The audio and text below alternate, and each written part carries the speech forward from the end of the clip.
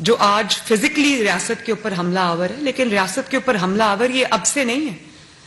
جب 2018 میں اس کی حکومت آئی، اسی طرح کا حملہ اس نے پاکستان کی اکانومی پہ کیا، معیشت پہ کیا، لینڈ مائنز بچھائیں، بارودی سرنگیں بچھائیں، جو آج تک جس کا خمیازہ جو ہے وہ پاکستان بھگت رہا ہے، جس کے اثرات پاکستان میں آج تک ہیں.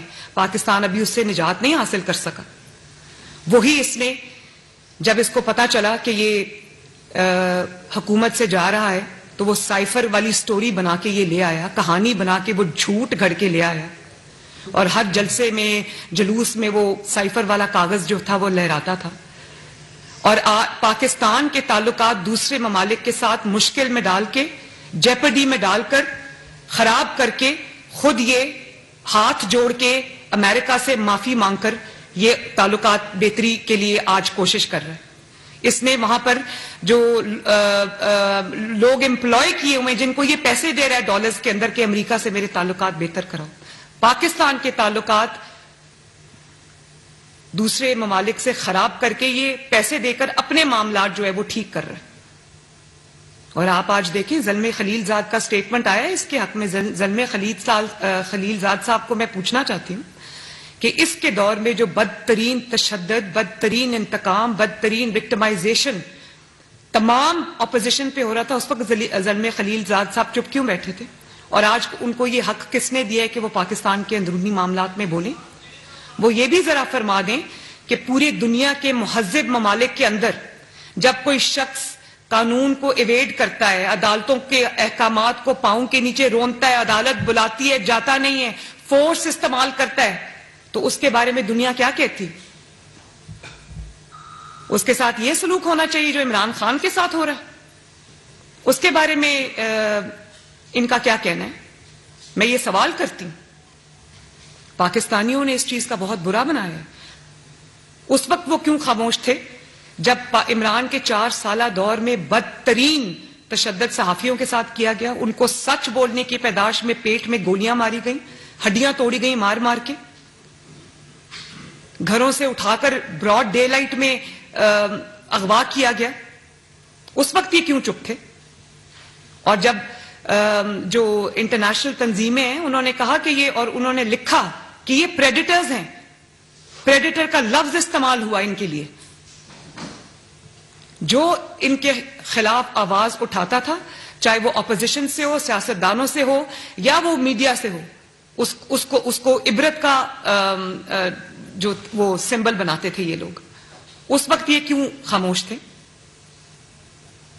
اور جس طرح سے جن لوگوں کی طرف سے آج اس کے لیے آواز اٹھائی جا رہی ہے، اس میں کوئی شک نہیں ہے، مجھے اب کوئی شک نہیں ہے فورن فنڈنگ کیس کے بعد کہ اس کو پاکستان میں انریسٹ لانے کے لیے، انتشار لانے کے لیے، اینارکی پھیلانے کے لیے، سول انریسٹ پھیلانے کے لیے اس کو لانچ کیا گیا پاکستان میں.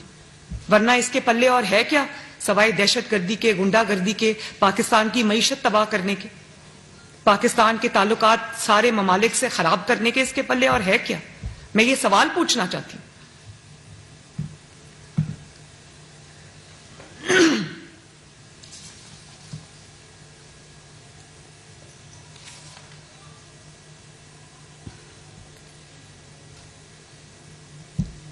اور پھر آپ یہ دیکھیں کہ 3 دن سے انٹرنیشنل میڈیا پہ انٹرویوز دے رہا ہے، جھوٹ بول رہا ہے، پاکستان کا چہرہ داغدار کر کے بتا رہا ہے، جھوٹ بولا. اور چند ایک اینکرز نے اس کے جھوٹ پکڑے بھی، ان کو جھوٹ بول رہا ہے کہ میری تو 18 تاریخ تک میرے پاس بیل تھی.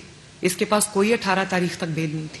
اگر 18 تاریخ تک بیل تھی تو جب کورٹ نے پولیس بھیجی پکڑنے کے لیے تو کیوں نہیں جا کے کہا، بیل کا کاغذ دکھایا کہ دیکھو میرے پاس یہ بیل ہے؟ اس وقت ہاتھ سے لکھی ہوئی انڈر ٹیکنگ کیوں دے رہا ہے؟ جب بیل تھی تو انڈر ٹیکنگ کی کیا ضرورت ہے؟ وہ تو بیل کا کاغذ ہی کافی ہے. ان کو یہ جھوٹ بول کے بتا رہا ہے کہ میرے پاس بیل ہے 18 تاریخ تک. پوری دنیا کے سامنے جھوٹ بول رہا ہے. پاکستانی قوم سے تو جھوٹ بولنے کی اس کی روایت پرانی ہے. انٹرنیشنل میڈیا پہ ایک شخص امپیونٹی کے ساتھ، بے شرمی کے ساتھ، ڈٹائی کے ساتھ جھوٹ بول رہا ہے. اور وہ انٹرنیشنل میڈیا پہ اس کو پتا ہے کہ وہ چیک ہو جائے گی، اس کے پاس بیل نہیں ہے 18 تاریخ تک. اور پھر کہتا ہے یہ مجھے گرفتار کر کے بلوچستان بھیجنا چاہتے ہیں. اس لیے مجھے گرفتار کرنا چاہتے ہیں. بھائی تمہیں گرفتار کر کے بلوچستان نہیں بھیجنا چاہتے, تمہیں گرفتار کر کے عدالت میں پیش کرنا چاہتے ہیں. عدالت کیا کرے جب اس کے حکم پہ عمل درآمد کے لیے پولیس اس کو پکڑتی ہے, اور کیونکہ عدالت میں پیش نہیں ہوتا. ہر کسی کو کہتا تھا کہ بھئی اگر چوری کی ہے تو تلاشی کیوں نہیں دیتے. آپ یہ دیکھو کہ پہلے اس نے ڈیفر کرنے کے عدالتوں کے کہ مجھے پیش نہ ہونا پڑے کیونکہ کیس سارے سچے ہیں, کوئی ایک کیس بھی جھوٹا نہیں ہے. بڑا منہ کھول کے آرام سے کہہ دیتا ہے میرے پہ 100 کیسز پورے بن گئے تو ایک کیس بچاؤ تو تم پہ جھوٹا بنا ہے.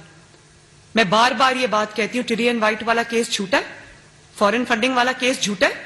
فورن فنڈنگ والا کیس اگر جھوٹا ہے تو 7 سال کیوں سانپ بن کے اس کیس پہ بیٹھے رہے, اس کو کھلنے نہیں دیا اور ڈیلینگ ٹیکٹکس یوز کیے. ٹیری اینڈ وائٹ والا کیس اگر جھوٹا ہے تو جاؤ عدالت میں کہہ دو وہ میری بیٹی نہیں. توشہ خانہ والا کیس اگر جھوٹا ہے تو جاؤ کہہ دو میں نے چوری نہیں کی. کس نے روکا ہے؟ میں تو اپنی مثال دوں گی. میرے پر جب جھوٹا الزام لگا تو میں تو 100 سے زیادہ پیشیوں میں شریک ہوئی, اور جھوٹا الزام لگا, جھوٹی سزا ملی, لیکن قانون کا تماشا نہیں بنایا. قانون کے آگے پیش ہوئے, فیصلہ پسند تھا ناپسند تھا, منصفانہ تھا غیر منصفانہ تھا, اس چیز سے قطع نظر پاکستان کے قانون کو پاؤں کی جوتی کے نیچے نہیں روندا. ایک ایگزامپل سیٹ کی کہ اگر سچے ہو تو ایک دن آئے گا جب آپ انشاءاللہ تعالی بری ہو کے سامنے آؤ گے. تو یہ کس کو بے وقوف بنا رہا ہے؟ بلوچستان بھیجنا چاہتے ہیں. بھائی بلوچستان نہیں بھیجنا چاہتے, عدالت بھیجنا چاہتے ہیں. اور اگر تم خود عدالت جاؤ تو تمہیں کیوں کوئی گرفتار کرے؟ تم اتنا قانون سے بھاگ رہے ہو کہ تمہیں عدالت لے کے جانے پر تمہیں گرفتار کرنا پڑتا ہے.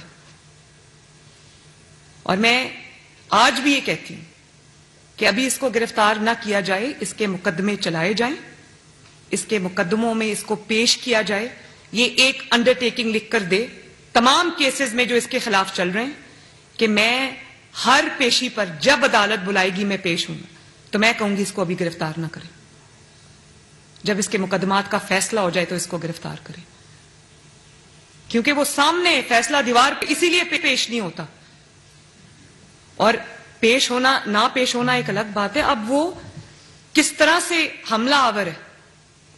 میں تو یہ سوچتی ہوں کہ جو ضرب عزم میں ہم نے مناظر دیکھے تھے, جو رد الفساد میں ہم نے مناظر دیکھے تھے, جب دہشت گرد ہوتے ہیں, کوئی دہشت گردی کا پلاننگ کر رہے ہوتے ہیں, وہ کیا کرتے ہیں؟ وہ غار میں بیٹھ کر, غاروں میں چھپ کر وہ وہاں سے آرڈرز پاس کرتے ہیں. پولیٹیکل تحریکوں میں, جمہوری تحریکوں میں جب کسی مقصد کے لیے کوئی پاکستان کے سیاستدان یا کسی بھی ملک کے سیاستدان جب کوئی تحریک چلانا چاہتے ہیں, جب کوئی کیمپین چلانا چاہتے ہیں, جب کوئی جمہوری تحریک چلتی ہے, تو ہم نے تو یہی دیکھا ہے کہ جو سیاسی لیڈر ہوتا ہے یا جو جماعت کا سربراہ ہوتا ہے وہ فرنٹ سے لیڈ کرتا ہے, وہ سب سے آگے ہوتا ہے, لوگ اس کے پیچھے نکلتے ہیں.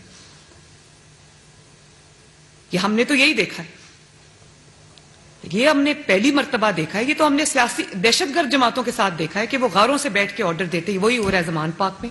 زمان پاک کے بنکر سے بیٹھ کر بیانات دیے جا رہے ہیں. زمان پاک, ضمانت پاک کی میرے منہ پہ اب آ جاتا ہے کیونکہ ہے تو وہ ضمانت پاک کی. زمان پاک کے بنکر سے بیٹھ کر لوگوں کو کہا جا رہا ہے پیٹرول بامز پھینکو. کہاں سے آیا وہ پیٹرول؟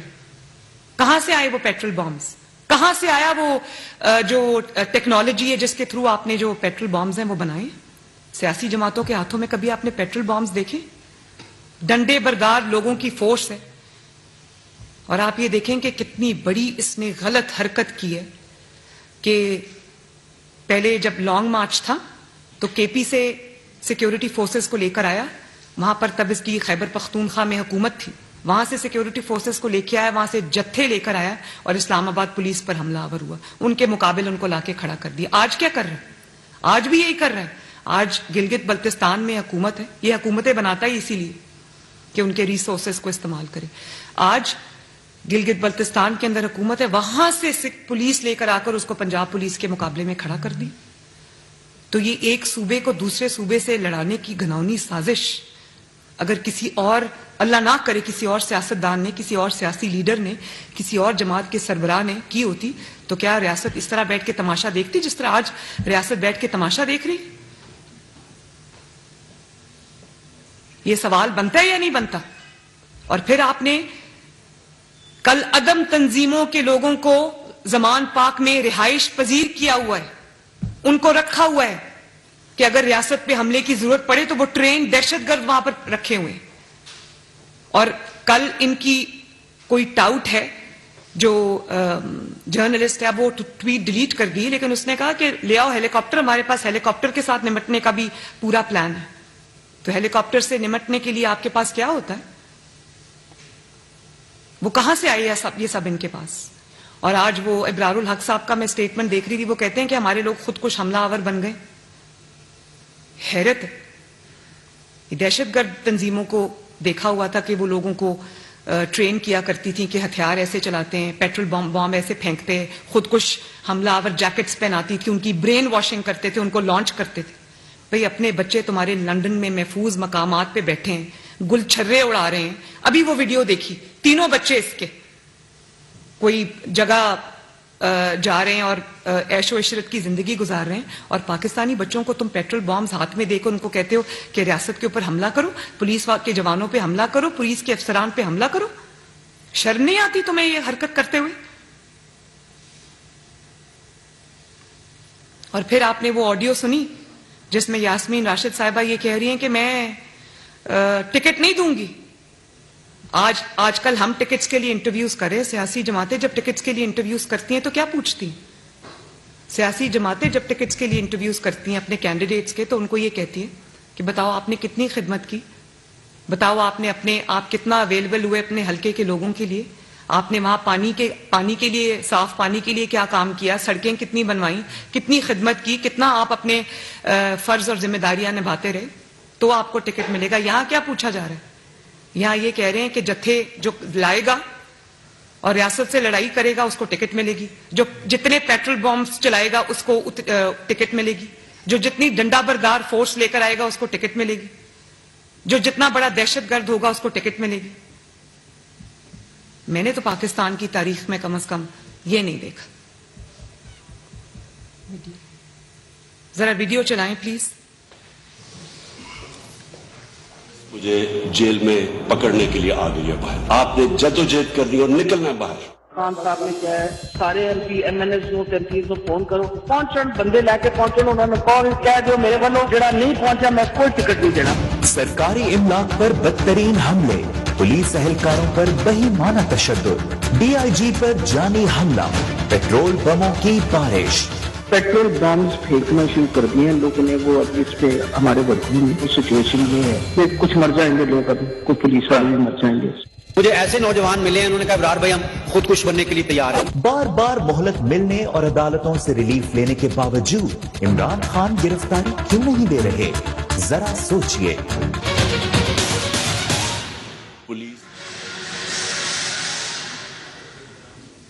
سن لیا آپ نے, وہ کہہ رہے ہیں کہ ہمیں ایسے نوجوان ملے جو خود کش حملے کے لیے تیار ہیں. تو اب اس میں کسی کو کوئی شک و شبے کی گنجائش رہ گئی ہے کہ یہ ایک سیاسی جماعت نہیں بلکہ ایک عسکری جماعت ہے جو ایک نیفیریس ایجنڈا لے کر, پاکستان کی تباہی کا ایجنڈا لے کر, پاکستان کے اندر خانہ جنگی کا ایجنڈا لے کر فورن قوتوں کے ایما پر یہ لانچ ہوئے ہیں کہ نہیں چلنے دینا ملک کو, کچھ بھی ہو جائے نہیں چلنے دینا. اب زمان پاک کے ارد گرد جو ہو رہا ہے, کیا وہاں کے رہائشیوں کو تکلیف نہیں ہو رہی؟ پولیس وہاں پر سڑکیں جب بلاک ہوتی ہیں, جب اس قسم کے لوگ ہوتے ہیں, جب اس قسم کی وہاں پر ایکٹیویٹیز ہوتی ہیں, تو کتنا عوام کو وہاں پر تنگی کا سامنا کرنا پڑتا ہے, لوگ کتنے ڈسٹربنس ہوتی ہے وہاں پر, لوگ بچے سکول نہیں جا سکتے,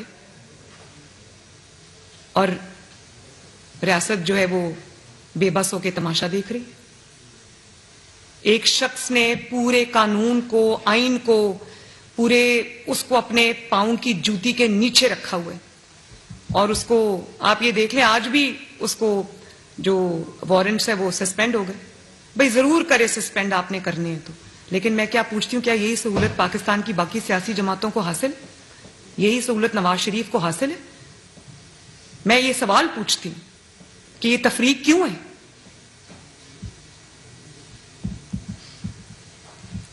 اور آپ یہ دیکھیں کہ جس طرح سے جو خود کش حملہ آور کو برین واش کیا جاتا ہے, جو عسکری تنظیموں کے سربراہ ہوتے ہیں, جو دہشت گرد تنظیموں کے سربراہ ہوتے ہیں, وہ غار میں سے بیٹھ کر اپنے انٹرویوز, اپنی ویڈیوز نامعلوم مقام سے جو ہے وہ عوام تک پہنچاتے ہیں. یہ کیا کر رہے ہیں؟ یہ بھی تو وہی کر رہا ہے, زمان پاک کے بنکر میں کہیں چھپا ہوا ہے اور وہاں سے انٹرویوز بھی دے رہا ہے. عدالت نہیں جانا, پیش نہیں ہونا, انٹرویوز بھی کرنے ہیں, سب کچھ کرنا ہے. اس وقت کرتے ہوئے نہ جان کو کوئی خطرہ ہے نہ کسی اور چیز کا کوئی خطرہ ہے. اور جس طرح جو عسکری جماعتیں ہیں یا جس طرح سے دہشت گرد جماعتیں ہیں وہ اپنے لوگوں کو یہ کہتی ہیں کہ جاؤ خود کش جیکٹ پہنو, خود کش حملہ کرو, جنت کا وعدہ کرتی ہیں, اسی طرح یہ لوگوں کو کہہ رہے جاؤ ریاست پہ حملہ کرو, یہ ٹکٹ کا وعدہ کر رہے ہیں. ایک ہی بات ہے, کوئی دو باتیں نہیں ہیں یہ. اور معصوم شہریوں کو استعمال کر رہے ہیں, خواتین کو استعمال کر رہے ہیں, اپنے بچے باہر بٹھائے ہوئے, اپنی خواتین باہر بٹھائی ہوئی اور سڑک پہ نہتے بچوں کو آگے کیا ہوا ہے جنہوں نے ڈنڈے پکڑے ہوئے. کیا یہ میری قوم کا مستقبل ہے؟ کیا یہ میرے نوجوانوں کا مستقبل ہے؟ تو یہ سوال ہیں ایسے جن کے جواب پاکستانی قوم جو ہے وہ مانگ رہی ہے. ٹکٹ لیتے ہوئے یہ پوچھیں گے کتنے نوجوانوں کے, کتنے پولیس والوں کے سر توڑے, کتنی پولیس والوں کی ہڈیاں توڑی. یہ پاکستان کی سیاست کو کیا رخ دیا جا رہا ہے اور یہ پاکستان کا کیا چہرہ پیش کیا جا رہا ہے, صرف اس لیے کہ ایک شخص اپنے مقدمات سے ڈرتا ہے, ایک شخص انصاف سے ڈرتا ہے, ایک شخص کے ہاتھ جرائم سے رنگے ہوئے ہیں لیکن وہ عدالت میں پیش نہیں ہوتا. بھئی کچھ نہیں کیا تو ہو جاؤ نا پیش, کہہ دو میں نے کچھ نہیں کیا. وہ بھی نہیں کہنا کیونکہ جھوٹ پہلے پتا ہے کہ جرم کیا ہوا ہے. صرف ایک شخص کی جان بچانے کے لیے قانون سے یہ پورا کا پورا کھیل رچایا جا رہا ہے اور پوری اسٹیٹ جو ہے وہ ہاسٹیج بنی ہوئی ہے.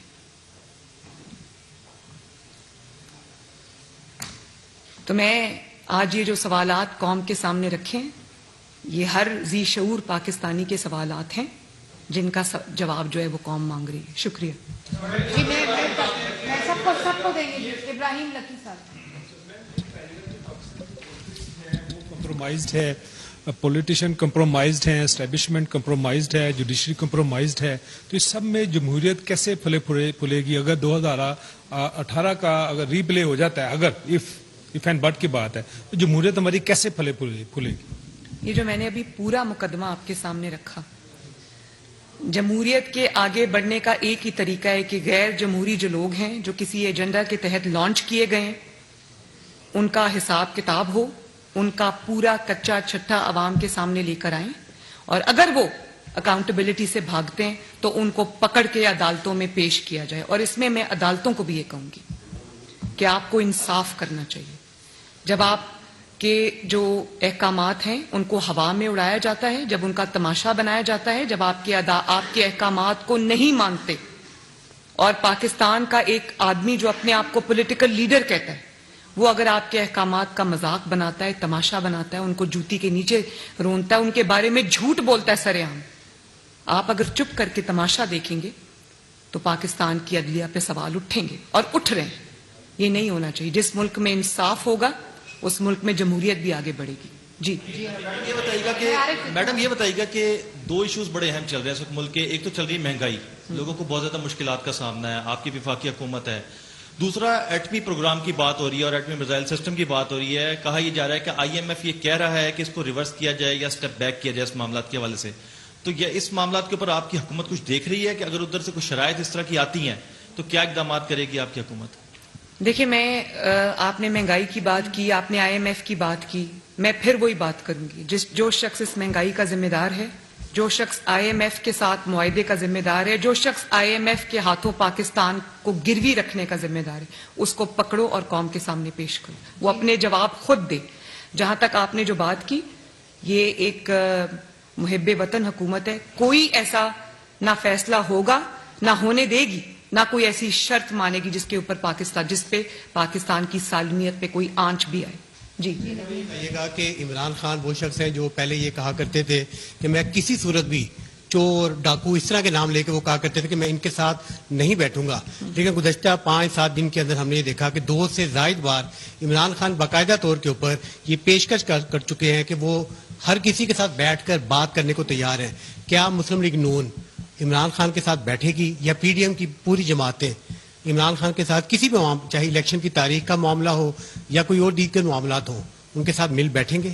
بڑا اچھا سوال آپ نے کیا, اور بات یہ کہ جس طرح سے ایک حکومت ایک اسٹیٹ پاکستان کے ادارے ایک کلعدم تنظیم کے ساتھ ڈیل کرتے ہیں, ایک دہشت گرد جماعت کے ساتھ ڈیل کرتے ہیں, بالکل اسی طرح عمران خان کے ساتھ ڈیل کرنا چاہیے. اس کو ایک سیاسی جماعت سمجھنا اور سیاسی جماعت سمجھ کر ڈیل کرنا اب اس ملک کو ختم کرنا پڑے گا.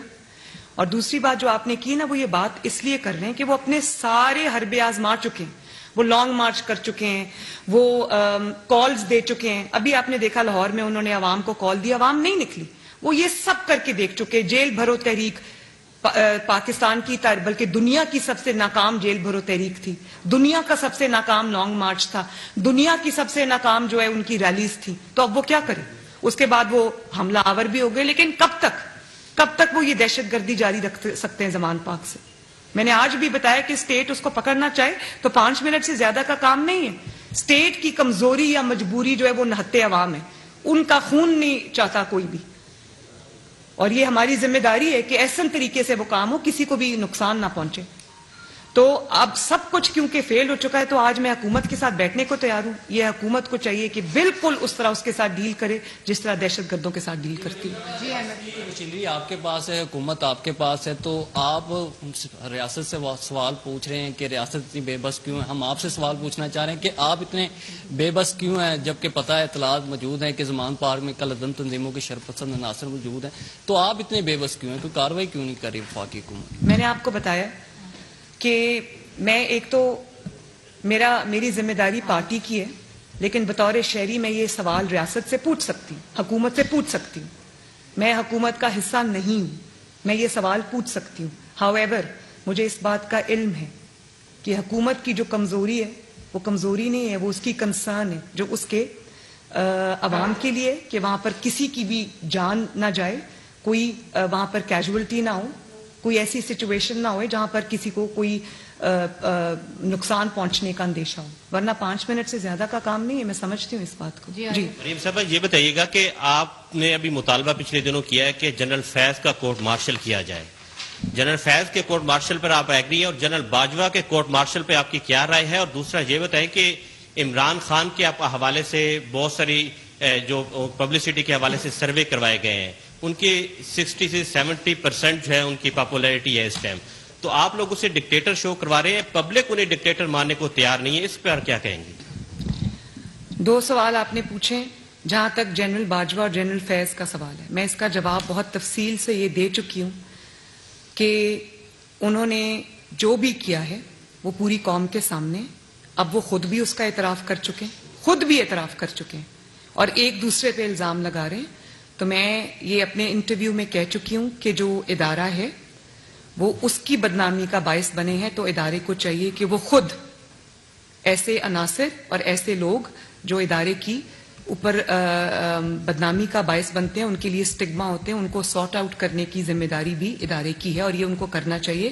اس سے ان کی جو وقار ہے اور ان کی جو عزت ہے اس میں اضافہ ہوگا. دوسری بات جو آپ نے کی, میں خیالی سروس پہ تو نہیں جاتی, لیکن اگر سروس کی اتنی ہی پاپولیرٹی ہے تو آپ مجھے بتائیں کہ آج دہشت گردی پہ کیوں اترنے کی ضرورت پڑ گئی؟ کہاں گئے وہ لوگ جو جیل بھرو تحریک میں بھی نہیں آئے, لانگ مارچ میں بھی نہیں آئے, لاہور کی ریلی میں بھی نہیں آئے, کسی کال پر بھی نہیں آئے, اور ان کو یہ تھریٹن کیا جا رہا ہے کہ لوگ لے کر آؤ ورنہ آپ کو ٹکٹ نہیں ملے گا. تو یہ پاپولر جماعتیں ہوتی, کہاں ہے پاپولیرٹی؟ وہ تھریٹس کیوں پیش کیے جا رہے ہیں کہ لوگ لاؤ گے تو ہم آپ کو ٹکٹ دیں گے, مطلب دیر بائی میننگ کہ لوگ نہیں آ رہے, خالی خلی جو اپنی ہی سیٹوں کو جیت جانا, اس میں سے بھی پی ایم ایل این کچھ سیٹیں جیت گئی ہے.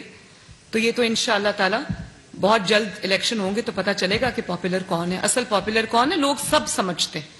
جی سرویز ہم بھی کرا رہے ہیں, اور بلا وجہ ہم میدان میں اپنی الیکشن کی تیاری کے لیے نہیں اترے ہوئے, ہم سائنٹیفکلی اپنے الیکشن کی تیاری کر رہے ہیں, سروے ہم بھی کرا رہے ہیں, اور اللہ تعالیٰ کے فضل و کرم سے سرویز کے بعد ہمیں پتہ چلا ہے کہ ایکچول پوزیشن کیا ہے, پی ایم ایل این جیتے گی انشاءاللہ. اچھا محترمہ, یہ رہنمائی فرما دیں کہ ماضی کے اندر یہ بات مشاہدے میں آئی ہے کہ شریف فیملی کے خلاف جب بھی کوئی نوٹس, کوئی وارنٹ گرفتاری جاری ہوتے تھے تو وہ جاتی عمرہ کی سیکورٹی بھی وصول نہیں کرتی تھی, وہ وہاں پہ چشمہ کر دیا جاتے تھے. اور آج یہ کیا ضرورت پڑ گئی کہ پوری پنجاب پولیس جو ہے اور رینجر جو ایک سابق وزیر اعظم کے گھر کے اوپر پہنچ گئی ایک وارنٹ گرفتاری لے کے؟ آپ اتنے سمجھدار شخص ہیں, یہ کیا سوال کیا آپ نے. آپ دیکھیں کہ اگر نوٹس کبھی وصول نہیں کیا تو وہ 200 پیشیاں نوٹس وصول کیے بغیر ہی ہو گئی. وہ جو قید کاٹی ہے نواز شریف صاحب نے, مریم نواز نے, شہباز شریف نے, حمزہ شہباز شریف نے, آپ شریف فیملی کی پرٹیکولرلی آپ نے بات کی اس لیے میں شریف فیملی کا جواب دے رہی ہوں, وہ نوٹس کیے بغیر ہی ہو گئی.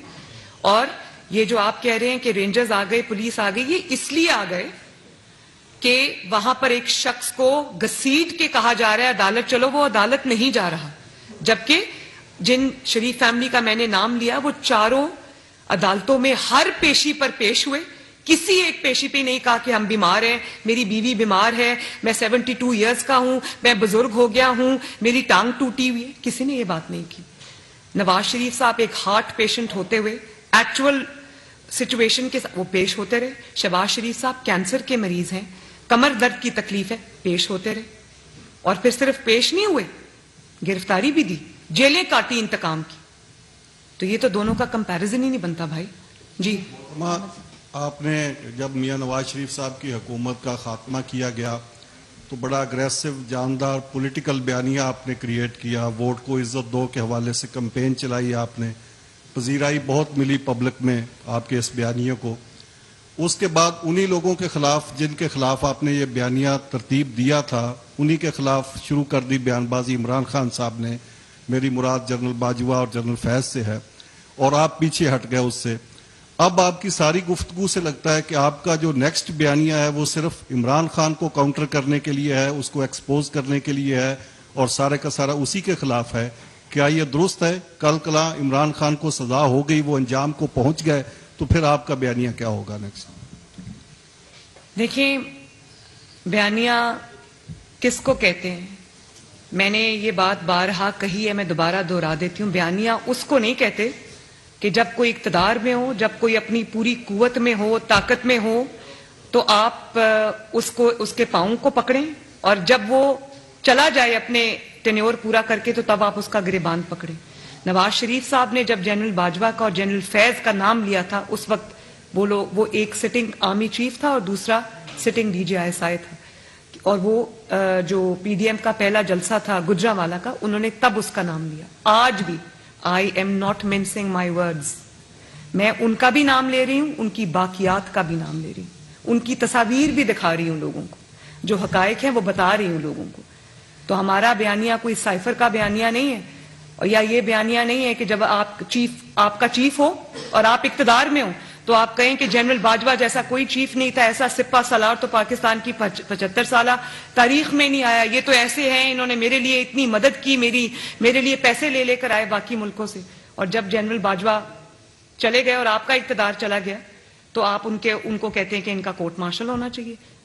یہ تو بزدل کی نشانی ہے کہ جب آپ کو کسی سے ڈر ہو, کوئی طاقتور ہو, اس وقت آپ اس کے پاؤں پکڑیں, اور جب وہ باہر آ جائے, کمزور ہو جائے, تو تب آپ اس کا گریبان پکڑیں.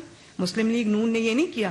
مسلم لیگ نون نے انجام سے بے پرواہ ہو کر سچ بات کی, اور اب آج بھی سچ بات کر رہی ہوں. مجھے ریفیوٹ کر سکتے ہیں تو کریں, اور کل بھی سچ بات کروں گی انشاءاللہ. جی میم یہ بتائیے گا کہ ہم نے جو مناظر گزشتہ دنوں میں زمان پارک میں دیکھے, بالکل اسی طرح کے مناظر ملتان روڈ پر TLP کے دوران جب ایک ریلی کی کال تھی ان کی بھی دھرنے کی, تو تب بھی اسی طرح کا جو صورتحال تھی وہ دیکھنے کو ملی, پیٹرول بمز اور تشدد پولیس اہلکاروں پر. اس وقت تو ریاست نے TLP کو بین کیا, TLP کے لوگوں کو پکڑا, لیکن یہاں پر آگے ہم دیکھتے ہیں کہ ابھی بھی وہ سافٹ کارنر موجود ہے کہ نہ تو پکڑا گیا ہے, نہ ہی کسی کو ہم دیکھ رہے ہیں کہ کسی پر پابندی لگانے کی ایون کوئی بات بھی نہیں کر رہا. پیٹرول بمز بھی وہی ہیں, پولیس والے بھی وہی مار کھا رہے ہیں, لیکن ریاست یہاں پر بیک فٹ پر نظر آئی ہے. اس کی کیا وجہ ہے؟ اور دوسرا میرا کوشچن آپ سے یہ ہے کہ مہنگائی بہت بڑا مسئلہ ہے, کیا مسلم لیگ نون کی قیادت کو اس وقت جو گورنمنٹ میں بھی ہے ان کو مشورہ دیتے ہیں کہ اس کے لیے کوئی اس طرح کا میکنزم بنائیں, کم از کم مہنگائی کو بھی کم کیا جا سکے؟ دیکھیں, جو پہلی آپ نے بات کی اس میں جو بھی آپ کہتے ہیں کہ ریاست بیک فٹ پہ نظر آتی ہے, ریاست بیک فٹ پہ صرف اس لیے ہوتی ہے کہ ریاست خون خرابہ نہیں چاہتی. ریاست کسی بھی شہری کی جان کی قدر کرتی ہے, اس کی حفاظت ریاست کی ذمہ داری ہے. اگر عمران کو احساس نہیں ہے, اگر وہ ماؤں کے بیٹوں کو استعمال کر رہے ہیں, ان کی شہادتوں کو استعمال کر رہے ہیں, ان کے بچوں کو استعمال کر رہے ہیں, اور خواتین کو استعمال کر رہے ہیں, جتھے لا کر حملہ آور ہے, تو ریاست کو تو سب کا خیال کرنا ہے نا. ہاں یہ ضرور ہے کہ اب ریاست کو اداروں کے ساتھ سر جوڑ کے بیٹھنا ہوگا اور اس کے اوپر سے سیاسی جماعت کا لیبل جو ہے وہ ہٹانا ہوگا. اس کو ایک کالعدم جماعت کے طور پہ ڈیل کیا جانا چاہیے, اس کو ایک عسکری سیاسی جماعت کے طور پہ ڈیل کیا جانا چاہیے, اور اس کو ایک دہشت گرد جماعت کے طور پہ ڈیل کیا جانا چاہیے. اور اگر یہ نہیں ہوتا تو مجھے یہ بہت بڑا سوال جو ہے وہ اس حکومت پہ کھڑا ہوگا. دوسری بات آپ نے کیا کی, مہنگائی کی. مجھے حکومت کو مشورہ دینے کی ضرورت نہیں ہے, کیونکہ میں یہ جانتی ہوں کہ شہباز شریف صاحب ہوں یا اسحاق ڈار صاحب ہوں, وہ دن رات ان کا پہلا کنسرن ہی یہی ہے, اور ان کے ایجنڈا پہ سب سے نمبر 1 آئٹم ہوتا ہے کہ مہنگائی کو کس طرح کنٹرول کیا جائے, IMF کے ساتھ کس طرح سے ڈیل کیا جائے اس طریقے سے کہ عوام پہ زیادہ بوجھ بھی مزید نہ پڑے. اور دیکھیں, ہم لوگ پولیٹیکل پارٹی ہے, ہمارا اپنا پولیٹیکل کیپٹل ہے, ہمیں احساس ہے اس چیز کا, اس عوام کے جو اوپر جو مشکلات آئی ہوئی ہیں اس کے ساتھ ساتھ ہمیں اب الیکشن میں بھی جانا ہے, تو ہمیں احساس ہے اس چیز کا. مجھے علم ہے اس چیز کا کہ شہباز شریف صاحب 6 بجے اٹھ کر جو ہے وہ اپنا کام شروع کرتے ہیں, رات کو 12 بجے تک وہ کام کرتے ہیں, اور یہ ان کے پہلے ایجنڈا کے اوپر پہلے نمبر پہ ہے چیز. جی میڈم, کل عمران خان صاحب نے میڈیا ٹاک کی اور انہوں نے کہا کہ موجودہ جو چیف آف آرمی سٹاف ہے, انہوں نے نام تو نہیں لیا, مگر انہوں نے کہا کہ حاجی صاحب مطلب جو بھی آپریشن ہو رہا ہے اس کے پیچھے وہ ہیں. اور دوسری بات یہ کہ جو اطلاعات... ایک سیکنڈ عمر, پہلے اس کا میں جواب دے, عثمان سوری, اس کا میں جواب دے دوں. یہ ایک بڑا اچھا کویسچن ہے. کیا ان کو چیف آف آرمی سٹاف نے کہا تھا کہ عدالت میں پیش نہ ہو؟ کیا چیف آف آرمی سٹاف نے کہا تھا کہ گھر کے بنکر میں چھپ کے بیٹھ جائیں اور جب عدالت بلائے تو کہہ دیں میری ٹانگ ٹوٹی ہوئی؟ کیا چیف آف آرمی سٹاف نے ان کو کہا تھا کہ پچھلے 5 مہینے سے ٹانگ پہ پلاسٹر چڑھا کے بیٹھ جائیں؟ کیا انہوں نے چیف آف آرمی سٹاف نے ان کو کہا تھا کہ آپ جو ہے وہ عدالت جب بلائے تو کہہ دیں میری جان کو خطرہ؟ بھئی یہ بات کوئی پولیٹیکل وکٹمائزیشن نہیں ہے, 1 پوائنٹ ایجنڈا, عدالت بلا رہی ہے, پیش ہو جاؤ, تمہیں کوئی گرفتار نہیں کرے گا. تو کیا یہ بزدلی کا جو آئیڈیا تھا یہ ان کو چیف آف آرمی سٹاف نے دیا تھا؟ بات یہ ہے کہ جب آپ کے پاس اپنا جواب نہیں ہے, جب آپ کے اپنے جرائم سے ہاتھ رنگے ہوئے ہیں, جب آپ کا قصور اپنا ہے, تو اس کے لیے آپ جتنے مرضی اسکیپ گوڈز ڈھونڈ لیں, اس کا کوئی فرق نہیں پڑتا. جی جو اطلاعات ہیں جو بتائی بھی گئی حساس اداروں کی جانب سے کہ وہاں پر دہشت گرد آئے ہوئے ہیں جن کا تعلق جمرود سے کوئی علاقہ بتایا جا رہا ہے, ان کا نام بسم اللہ بھی بتایا جا رہا ہے, کہ وہ 300 لوگ لے کر وہاں پہنچے ہیں. پوری ریاست میں ہم نے دیکھا کہ یہاں پر قانون نافذ کرنے والے اداروں نے شہادتیں دی دہشت گردی کے خلاف آپریشن میں. کیا ریاست کو اپنا ایکشن خود نہیں لینا چاہیے کہ ہماری فورسز اتنی اسٹرانگ ہیں کہ ان کو پتا کہ کس طرح آپریشن کرنا ہے؟ اس میں ویکنس نظر آئی ہے. بے شک وہ آپریشن, یہ بات ٹھیک ہے, یہ بالکل ٹھیک ہے کہ وہاں دہشت گرد چھپے ہوئے ہیں. میں نے تو تصاویر بھی دیکھی ان دہشت گردوں کی جو زمان پاک میں اس وقت پناہ لیے ہوئے ہیں. لیکن دیکھیں, ریاست کی پھر مجبوری, وہاں صرف دہشت گرد اور جتھے والے لوگ نہیں, وہاں پر کچھ معصوم پولیٹیکل ورکرز بھی ہیں جن کو گمراہ کر کے لایا گیا ہے وہاں پر, وہ بھی وہاں پہ ٹریپڈ ہے. تو ان کی حفاظت کی ذمہ داری ہماری, اور ہم نہیں چاہتے کہ چاہے وہ پولیٹیکل پارٹی کا کارکن, PTI کا کارکن ہو, اس کو کوئی گزند پہنچے. وہ معصوم لوگ ہیں, وہ استعمال ہو رہے ہیں. ایک چور کی چوری بچانے کے لیے, اس کی بزدلی پہ پردہ ڈالنے کے لیے وہ لوگ استعمال ہو رہے ہیں. اور شرم آنی چاہیے ایسے سیاسی لیڈر کو جو اپنے آپ کو سیاسی لیڈر کہتا ہے کہ اس نے مار کھانے کے لیے لوگوں کے بچوں کو, ماؤں کے بیٹوں کو اور خواتین کو, گھر کی خواتین کو آگے کیا ہوا ہے, خود وہ چھپ کے بیٹھا. اتنی ناموشی کی بات ہے کہ میں نے تو پہلے کہا تھا کہ اگر میرا لیڈر ایسا ہو یا میرا والد ایسا ہو, میں تو شرم کے مارے کسی کو منہ بھی نہ دکھا سکوں. یہ ایک نئی روایت ہم نے سیاست میں دیکھی, اور کتنی یہ شرم کی بات ہے. پولیٹیکل لیڈرز تو سامنے سے لیڈ کرتے, گھروں میں چھپ کے تو نہیں بیٹھتے. لوگوں کو کہا گرفتاری کرو, جیل بھرو, خود بیلیں بھرتے رہے اپنی. تو لوگوں کے بچوں, ماؤں کے بچے فالتو آئے ہوئے ہیں, ماؤں کی گودیں جو اجڑی. وہ جو ذل شاہ ہے اس کی ماں سے پوچھو نا آج, اور پوچھو کہ تمہارا بیٹا کیوں شہید ہوا ہے. وہ ایک چور کی چوری بچانے کے لیے لوگوں کے بچوں کو استعمال کر رہے, پھر ان کی موت کو بھی استعمال کرتے, ان کی شہادت کو بھی استعمال کرتے. شرم آنی چاہیے. جی آپ کی تمام سپیچز جو ہم سنتے ہیں وہ عمران خان سے لے کے شروع ہوتی ہے اور اسی پہ ختم ہوتی ہے. عمران خان کو سنتے ہیں تو ان کی جو جتنی سپیچز ہوتی ہے وہ حکومت کے اگینسٹ ہوتی ہے, PMLN کے اگینسٹ ہوتی ہے. تو یہ تاثر نہیں دیا جا رہا کہ یہ دو پولیٹیکل پارٹیز کی ایگوز کی وجہ سے عوام جو ہے وہ پس رہی ہے. بیٹا میری کوئی ایگو نہیں, اور میں آپ کو یہ بہت بار یہ کہہ چکی ہوں کہ اگر میرے بس میں ہوتا تو میں کبھی عمران کا نام بھی نہ لیتی. یہ اتنا میں کیا کہوں کہ یہ اتنا اس قسم کا انسان ہے کہ مجھے اس کے خلاف بات کرتے وقت اپنے لیول سے نیچے آنا پڑتا ہے. لیکن جب پاکستان کی جو ہر بیماری ہے اس کی جڑ عمران خان ہے. پاکستان کوئی آج ایکسٹرنل تھریٹ نہیں ہے, پاکستان کو انٹرنل تھریٹ ہے, پاکستان کو انسٹیبلٹی کا تھریٹ ہے. انسٹیبلٹی بریڈنگ گراؤنڈ ہوتی ہے ہر اس پرابلم کے لیے جو آج پاکستان فیس کر رہا ہے. تو اس پرابلم کے سارے تانے بانے جب عمران سے ملتے ہوں, معیشت کی تباہی کا وہ ذمہ دار ہے, IMF کی ڈیل کا وہ ذمہ دار ہے, لا قانونیت کا وہ ذمہ دار ہے, توشہ خانہ چوری کا وہ ذمہ دار ہے, فورن فنڈنگ پاکستان میں لا کر غیر قانونی طور پہ اس کو پاکستان کی ڈی سٹیبلائزیشن کے لیے خرچ کرنے کا وہ ذمہ دار ہے. آج جو یہ سچویشن ہے, جو ایک ایناکیسی ہے, سول انریسٹ ہے, اس کا ذمہ دار کون ہے؟ ذمہ دار ایک ہی ہے, اسی کا نام لینا پڑتا ہے. لیکن آئی ایگری ود یو, مجھے تکلیف ہوتی ہے جب مجھے اس کا نام لینا پڑتا ہے. یہ ایگوز کی جنگ نہیں ہے, یہ سچ اور جھوٹ کی جنگ ہے. میرا فرض ہے بطور پاکستانی, بطور ایک جماعت کی رکن کے, کہ میں جو سچ ہے وہ قوم کو بتاؤں. جی مریم نواز صاحبہ, یہ فرمائیے گا کہ پی ٹی آئی کے جن لوگوں نے پنجاب اسمبلی میں فلور کراسنگ کی اور مسلم لیگ نون کو سپورٹ کیا, مسلم لیگ نون اب عام انتخابات میں ان کو ٹکٹس دے گی؟ کیونکہ ماضی میں ضمنی انتخابات میں مسلم لیگ نون یہ تجربہ کر چکی ہے کہ انہی لوگوں کو ٹکٹس دے کے وہ ہار چکے ہیں. کیا دوبارہ یہ تحریر دوبارہ دہرایا جائے گا؟ دوسرا یہ فرمائیے گا کہ اطلاعات ہیں کہ نواز شریف صاحب پاکستان نہیں آ رہے.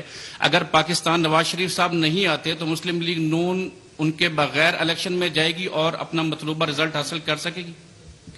آپ کی جو دوسرے سوال کا جواب میں پہلے دے دوں, آپ کی اطلاع درست نہیں ہے.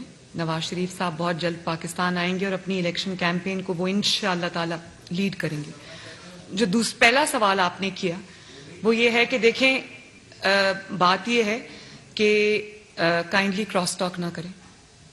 بات یہ ہے کہ مسلم لیگ نون اور میں, کیونکہ میں اب جو کینڈیڈیٹس ہیں ان کی شارٹ لسٹنگ بھی کر رہی ہوں, میں پورے پنجاب کا دورہ کر کے آئی ہوں, سب ڈویژنز کا دورہ کر کے آئی ہوں سوائے ڈی جی خان ڈویژن کے. تو میں نے بہت محنت کی ہے اس کے اوپر. میجورٹی بلکہ 95% ہمارے کینڈیڈیٹ صرف وہ ہیں جو مسلم لیگ نون میں کئی دہائیوں سے موجود ہیں یا خاندانی طور پہ مسلم لیگ نون ہیں, جنہوں نے اپنا خون پسینہ مسلم لیگ نون کو دیا ہے. میری ترجیح تو وہ ہے. لیکن جو سیٹ پہ ہر سیٹ وائز جو جب فیصلے ہوں گے تو اس میں صرف اور صرف میرٹ کو سامنے رکھا جائے گا. Thank you. ایک منٹ جی, ایک منٹ آپ سوال کریں. مائک جن کے یہ بتائیے گا کہ آپ نے کہا کہ عمران خان نے, یعنی انہوں نے, ایک شخص نے جو ہے وہ قانون کو پاؤں کے نیچے رکھا ہوا ہے اور ریاست تماشا دیکھتی رہی, یعنی کہ آپ اس میں جو ریاست سے شکوہ کر رہی ہیں, یہ ریاست سے مراد کیا ہے؟ اسٹیبلشمنٹ ہے؟ اور اگر اسٹیبلشمنٹ ہے تو کیا آپ اس شکوے کے تحت ان کو انوالومنٹ کی دعوت نہیں دے رہی؟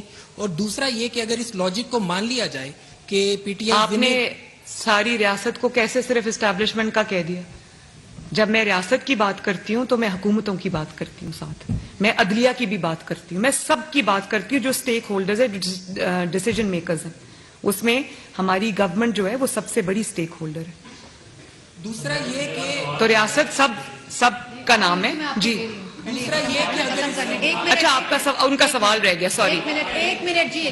جی دوسرا میرا یہ ہے کہ اگر اس لاجک کو تسلیم کر لیا جائے کہ جی پی ٹی آئی اپنی ہی جیتی ہوئی سیٹوں پر جیتی ہے ضمنی انتخابات میں, اگر اس دلیل کو مان لیا جائے تو وہ 2018 میں 100 سے زائد سیٹوں پر جیتی تھی, تو آئندہ الیکشن میں اگر اپنی ہی سیٹوں پر وہ دوبارہ جیت جاتی ہے تو اکثریت میں تو پھر پی ٹی آئی آ جاتی ہے. تو اس دلیل کو ہم اسی طرح مان لیں. بات یہ ہے کہ 2018 میں ان کو جتایا گیا تھا, وہ جیتے نہیں تھے, اور بہت ساری سیٹس ایسی ہیں جہاں پر جوڑ توڑ ہوئی پوری آپ کے سامنے, پوری دنیا کے سامنے. مسلم لیگ نون کے, آپ کو یاد ہے وہ جو کہہ رہے تھے محکمہ زراعت اور تھپڑ کا نشان بھی دکھا رہے تھے, وہ ہمارے کینڈیڈیٹ تھے. ان کو کہا گیا کہ ٹکٹ واپس کر دو, انہوں نے کہا کہ نہیں. ان کو کہا انڈیپینڈنٹ کھڑے ہو جاؤ, انہوں نے کہا نہیں. ان کو ان کے انکار پہ ان کو مارا گیا, اور وہ بیچارے ڈر گئے. تو انہوں نے نام لینے کی بجائے, جنرل فیض کا نام لینے کی بجائے, انہوں نے کہا محکمہ زراعت سے لوگ آئے تھے. انہوں نے مجھے یہ کہا. تو تب سے ان کا نام جنرل فیض کا دوسرا نام محکمہ زراعت بھی پڑ گیا تھا. اور پھر آپ یہ دیکھیں کہ اس وقت جو جماعت کو لیڈ کر رہے تھے نواز شریف صاحب, ان کو الیکشن سے چند دن پہلے جیل میں پھینک دیا گیا. ان کی پوری جماعت کے, اور یہ جو چیف جسٹس صاحب ہیں ثاقب نثار صاحب, جن کو آج بہت تکلیف ہوتی ہے, انہوں نے پی ٹی آئی کے لوگوں کی, شیخ رشید صاحب کی کیمپین چلائی, حنیف عباسی صاحب کو آخری دن اٹھا کر میدان سے باہر کیا. سب وننگ کینڈیڈیٹس تھے. جس کو جیل ہوئی, جو نااہل ہوا, جس سے پارٹی ٹکٹ لی گئی, وہ سب پی ایم ایل این کے وننگ کینڈیڈیٹس تھے. ایک وننگ کینڈیڈیٹ کو اٹھا کے سارٹ آؤٹ کیا گیا. تو آج وہ ماشاءاللہ واپس آ گئے ہیں. یہ دیکھیں طلال چودھری آپ کے سامنے بیٹھے, ان کو ڈسکوالیفائی کیا, وننگ کینڈیڈیٹ.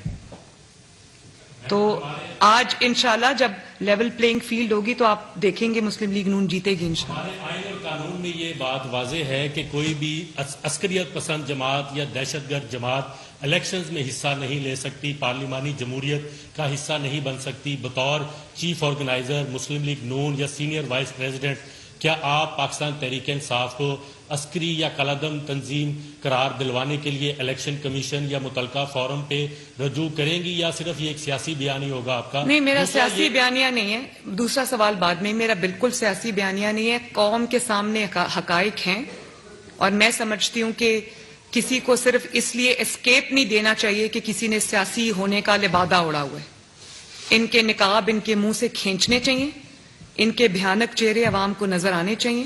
اور ٹھیک ہے, اگر آپ نے عسکریت پسند بن کے آنا ہے, آپ نے دہشت گرد جماعت بن کے آنا ہے, تو پھر آپ کو دہشت گرد جماعت بن کے آنا ہوگا. پھر آپ کو پولیٹیکل پارٹیز کا گاب اویلیبل نہیں ہوگا, اس کا فساد اویلیبل نہیں ہوگا, نہ ہونا چاہیے. میری صرف اتنی سی بات ہے. اچھا میڈم, اور پھر جو ٹریٹمنٹ آپ دیتے ہیں سیاسی جماعتوں کو, وہ پھر آپ کو دہشت گردوں کو وہ نہیں دینا چاہیے. پھر آپ کو تفریق کرنا پڑے گی. اچھا میڈم بتائیے گا, عورت ہو کے آپ جو ہے وہ آپ عدالتوں میں بھی جاتی رہی, آپ جیل بھی گئیں, اور عمران خان جو ہے وہ مرد ہو کے وہ صرف ابھی تک جو ہے وہ صرف عدالت میں نہیں جا رہے, گرفتاری یا جیل میں جانے کی تو بہت دور کی بات ہے. آپ اس کمپیریزن کو کس طرح دیکھ رہی ہیں؟ میں اس کمپیریزن کو جو شیر اور گیدڑ کے, ایک طرف آپ شیر رکھ لیں, ایک طرف آپ گیدڑ رکھ لیں, تو آپ دیکھ لیں. آپ نے میری بات کی, جو گرفتاری سے ڈر جائے, جو اپنے نہتے کارکنوں کو مروانے کے لیے آگے چھوڑ دے, خود باتھ روم میں چھپ جائے یا چارپائی کے نیچے چھپ جائے, اس کو کیا کہتے ہیں؟ اس کو پولیٹیکل لیڈر نہیں کہتے. پولیٹیکل لیڈر تو ہنستے ہنستے پھانسی کے پھندے پہ جھول جاتے ہیں, ہنستے ہنستے شہادت قبول کر لیتے ہیں, ہنستے ہنستے ڈسکوالیفائی ہو جاتے ہیں, ہنستے ہنستے زندانوں میں وقت گزار کے آ جاتے ہیں. یہ ہوتے ہیں پولیٹیکل لیڈرز, جو یہ نہیں کر سکتے, جن کی گرفتاری کے نام سے جان جاتی ہے, ان کی نیندیں اڑ جاتی ہیں, تو اس کو لیڈر نہیں گیدڑ کہتے ہیں. سب سے پہلا سوال تو یہ ہے کہ عمران خان جو ہے وہ, اس کا سب سے بڑا الزام جو ہے پاکستان مسلم لیگ نون اور حکومتی جماعت پر یہ ہے کہ حکومتی جماعت نہیں چاہ رہی کہ الیکشن ہو. ایک طرف الیکشن ڈیٹ جو ہے وہ دے دی گئی ہے, تو کیا الیکشن ہو رہے ہیں, ہونے جا رہے ہیں؟ دیکھیں, میں نے آپ کو یہ پہلے بھی بہت بار اپنی تقاریر میں یہ بتا دیا ہے کہ میں مسلم لیگ نون اگر الیکشن نہیں چاہتی تو مسلم لیگ نون کس چیز کی درخواستیں مانگ رہی ہے. مسلم لیگ نون اپنے ڈویژنز کے دورے کیوں کمپلیٹ کر چکی ہے؟ مسلم لیگ نون اپنے کینڈیڈیٹس کی لسٹ کیوں کمپائل کر رہی ہے؟ آج پارلیمنٹری بورڈز بھی اناؤنس ہو گئے. تو مسلم لیگ نون اگر الیکشن سے دوڑ رہی ہو تو مسلم لیگ نون ایک واحد جماعت ہے جس نے میدان میں اتر کر اپنی تیاری شروع کر دی ہے. مسلم لیگ نون چارپائی کے نیچے نہیں چھپی ہوئی. مسلم لیگ نون اپنے گھر سے ریاست پہ حملے نہیں کرا رہی. مسلم لیگ میدان میں الیکشن کی تیاری کر رہی ہے. اور یہ بھی میں بتا دوں, انشاءاللہ تعالی نہ صرف ہم یہ الیکشن لڑیں گے بلکہ جیتیں گے. دوبارہ دب سے کہہ رہی ہوں.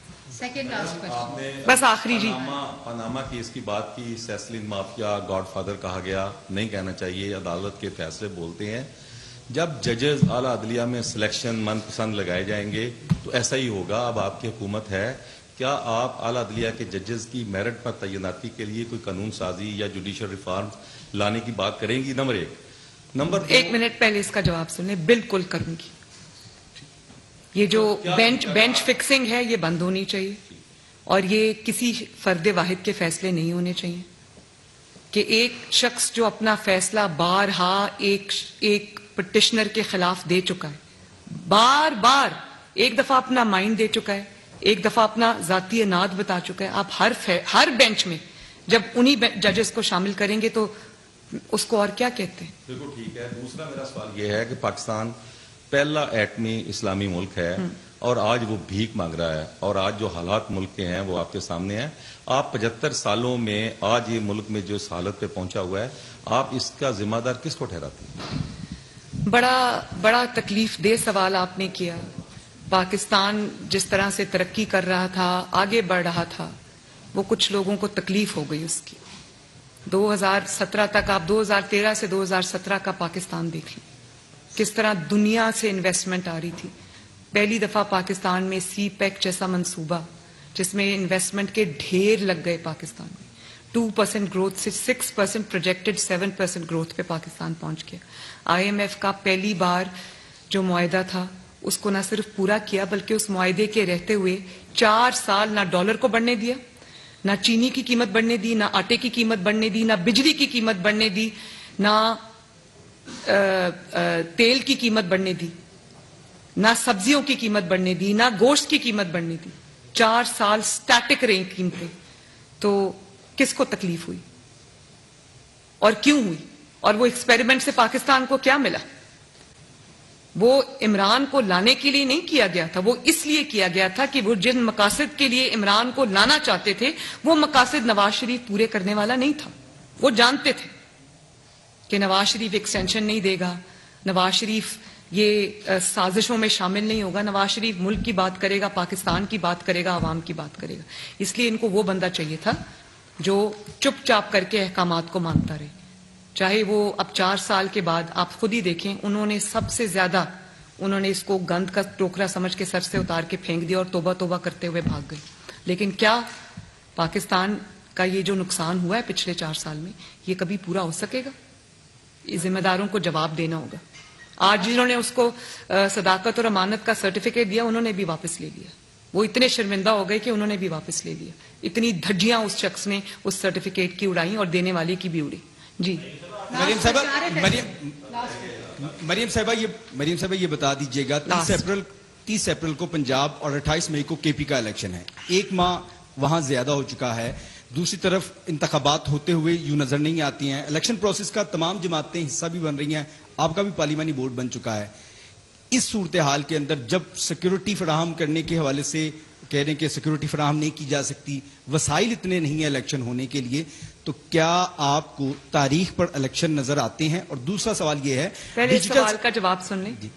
بات یہ ہے کہ وسائل اگر ہوں بھی پاکستان کی حکومت کے پاس, تو پاکستان کی حکومت کے وسائل اس لیے نہیں ہے کہ ایک شخص ہر سیٹ سے کھڑا ہو جائے. پاکستان کی حکومت کے ایک ایک سیٹ کے اوپر پیسہ خرچ ہوتا ہے, ٹیکس پیئر کا پیسہ ہے, بچوں کا کھیل نہیں ہے. پھر وہ ان سے الیکشن جیت جائے, پھر ان سے استعفیٰ دے دے, پھر اسمبلی توڑ دے, اور اس کے بعد بار بار کیا یہی تماشا ہوتا رہے گا؟ بھئی ایک ہاتھ بندر ہے, اس کے ہاتھ میں ماچس ہے, وہ پورے جنگل میں آگ لگانے پہ تلا ہوا ہے, تو اس کے کہنے پہ تو ریاست نہیں چل سکتی نا. پھر یہ بھی دیکھنا پڑے گا کہ آج بھی انتخابات ہوں, مہینے بعد ہوں, 30 اپریل کو, اللہ کے فضل و کرم سے ہم تیار ہیں, اپنی تیاری پوری کر رہے ہیں. لیکن کیا یہ پریسیڈنٹ سیٹ ہوگا کہ ایک ذہنی طور پر کمزور انسان, جو ذہنی طور پر سٹیبل نہیں ہے, جو ذہنی طور پہ ایک معذور انسان ہے, ادویات کے زیر اثر ہے, اس شخص کے کہنے پر آج پنجاب کی اسمبلی کا الیکشن بھی ہو جائے گا, KPK کی اسمبلی کا الیکشن بھی ہو جائے گا, اس کے 6 مہینے بعد یا 4 مہینے بعد نیشنل اسمبلی کے الیکشنز ہوں گے, تو کیا ہر 5 سال بعد یہی ہوا کرے گا کہ پہلے پنجاب اسمبلی کا ہوگا الیکشن, اس کے مہینے بعد KPK اسمبلی کا الیکشن ہوگا, اس کے بعد جو ہے وہ قومی اسمبلی کے الیکشن ہوں گے؟ یہ کوئی تماشا ہے؟ یہ 22 کروڑ عوام کا جیتا جاگتا ملک ہے.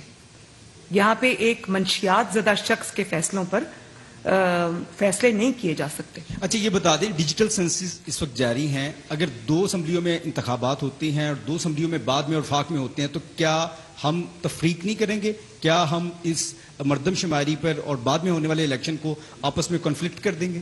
دیکھیں, یہ آپ نے بڑا ٹیکنیکل سوال کیا ہے, میرے پاس بھی یہ میرا کنسرن بھی ہے.